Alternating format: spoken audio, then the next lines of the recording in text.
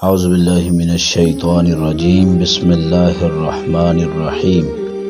شروع اللہ کے نام سے جو بڑا مہربان اور نہایت رحم والا ہے۔ ایک دفعہ ایک بزنس مین کو خواب آیا، تمہارے دفتر کے سامنے جو پھل فروش پھل بیچتا ہے اسے عمرہ کرواؤ۔ بزنس مین جب صبح اٹھا اس نے اس خواب کو ایک وسوسہ جانا اور اگنور کر دیا۔ جب اگلے دن کام سے بزنس مین واپس آیا، جب وہ رات کو سویا اسے پھر یہی خواب دوبارہ آیا کہ تمہارے دفتر کے سامنے جو پھل فروش پھل لگاتا ہے اور بیچتا ہے اسے عمرہ کرواؤ۔ اس بزنس مین نے اسے پھر وسوسہ سمجھا اور کام پہ معمول کے مطابق چلا گیا۔ جب شام کو وہ گھر آیا، آ کے پھر سویا، اسے وہی خواب دوبارہ آیا کہ تمہارے دفتر کے سامنے جو پھل فروش ریڑھی لگا کے پھل بیچتا ہے اسے عمرہ کرواؤ۔ بزنس مین اٹھا اور سیدھا اپنے علاقے کے قاری صاحب کے پاس چلا گیا اور ان سے کہنے لگا کہ قبلہ، مجھے 3 دن سے مسلسل یہی خواب آ رہا ہے، مجھے اس کی تعبیر بتائیں۔ قاری صاحب نے فرمایا کہ یہ خواب اشارہ کرتا ہے کہ تمہارے دفتر کے سامنے جو پھل فروش پھل بیچتا ہے اسے تم اللہ کے گھر اپنے ساتھ لے جاؤ اور اسے عمرہ کرواؤ۔ پیارے دوستو، وہ بزنس مین قاری صاحب کی بات سننے کے بعد اسی پھل فروش کے پاس گیا اور اسے جا کے کہنے لگا کہ میں نے تمہیں عمرہ کروانا ہے، تم میرے ساتھ چلو۔ اس پھل فروش نے سمجھا کہ یہ بزنس مین میرے ساتھ مذاق کر رہا ہے۔ اس نے کہا کہ ارے بھائی، مجھ سے مذاق نہ کرو، میں نے تو کبھی باقاعدگی کے ساتھ فرض نماز بھی نہیں ادا کی اور تم مجھے عمرہ کروانے کی بات کر رہے ہو۔ لہٰذا وہ بزنس مین اس پھل فروش سے بہت اصرار کرنے لگا۔ بہت اصرار کے بعد اس پھل فروش سے اس بزنس مین نے کہا کہ میں تمہارے گھر کا سارا خرچ اٹھاؤں گا، اپنے ذمہ لوں گا اگر تم میرے ساتھ عمرہ کرنے چلو۔ وہ پھل فروش اس بات پہ راضی ہو گیا کہ ٹھیک ہے، اگر تم میرے گھر کا تمام خرچ اٹھاتے ہو اب میں تمہارے ساتھ عمرہ کرنے جاؤں گا۔ لہٰذا دونوں کی بات طے ہو گئی۔ اس بزنس مین نے تیاری کی، پاسپورٹ جمع کروائے، بنوایا، سب کچھ کیا۔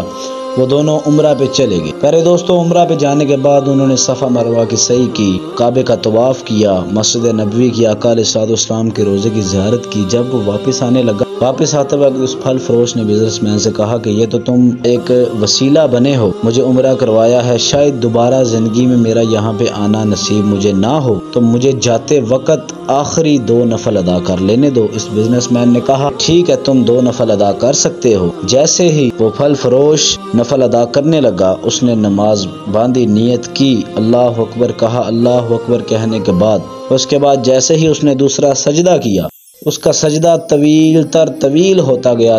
وہ بزنس مین پریشان ہو گیا کہ ہم نے واپس بھی جانا ہے، ہمارے پاس جو مدت ہے، ٹائم ہے، وہ ٹائم ختم ہو جائے گا۔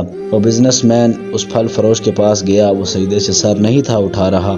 اس بزنس مین نے اس پھل فروش کو ہاتھ لگایا اور وہ پھل فروش وہیں پہ زمین پہ گر گیا اور سب کو وہاں پہ پتہ چلا کہ اس پھل فروش کی روح رضا الہی سے قبض ہو چکی ہے۔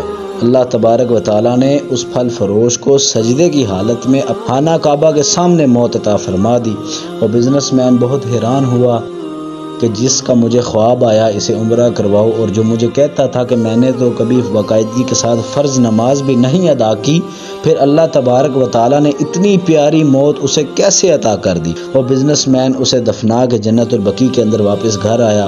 اس نے اس کے اہل خانہ کو بتایا کہ تمہارا یہ فرزند دنیا سے چلا گیا ہے، یہ میرے ساتھ عمرہ کرنے گیا تھا، واپس نہیں آ سکا۔ وہ اس کی بیوی کے پاس گیا، پھل فروش کی بیوی کے پاس جا کے اس نے تعزیت کی اور اس سے پوچھا کہ تمہارے خاوند کا ایسا کیا عمل تھا جس کی وجہ سے اللہ تبارک و تعالیٰ نے اسے اتنی پیاری موت عطا فرمائی۔ اس کی بیوی نے بزنس مین سے کہا کہ اس کا اور تو کوئی عمل نہیں تھا، ہمارے ہمسایوں میں صرف ایک بیوہ عورت رہتی ہے جس کے یتیم 3 بچے ہیں، یہ روز شام کو جب مزدوری کر کے آتا، جو اپنے گھر کے لیے اپنے بچوں کے لیے لاتا وہی ان کے بچوں کے لیے لے آتا اور باہر سامان رکھ کے صدا لگاتا، اے میری بہن، میں نے کھانا لایا ہے اور یہ باہر پڑا ہوا ہے، اسے اٹھا لو۔ جیسے ہی وہ عورت اپنے گھر سے باہر آتی اور کھانا اٹھاتی، جب اندر جانے لگتی، اندر جانے سے پہلے وہ عورت یہ دعا کرتی، وہ بیوہ عورت یہ دعا کیا کرتی تھی کہ یا اللہ، اس نے آج میرے بچوں کو پھر بھوکا نہیں سونے دیا، تو اسے ایمان کی موت عطا فرما۔ اللہ تبارک و تعالیٰ نے اس کا یہ عمل اتنا پسند فرمایا کہ اسے عمرہ بھی کروایا، اسے اچھی موت بھی عطا کی۔ وہ بزنس مین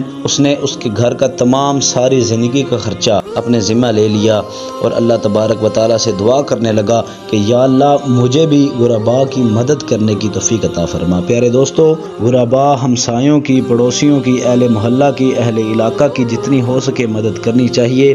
اللہ تبارک و تعالیٰ ہم سب کو غرباء کی مدد کرنے کی توفیق عطا فرمائے۔ پیارے دوستو، اگر آپ کو یہ ویڈیو پسند آئی ہو تو ہمارے چینل اسلامک ہسٹری کو ضرور سبسکرائب کریں تاکہ ہماری نئی آنے والی مزید اچھی ویڈیوز باقاعدگی کے ساتھ آپ تک پہنچ سکیں۔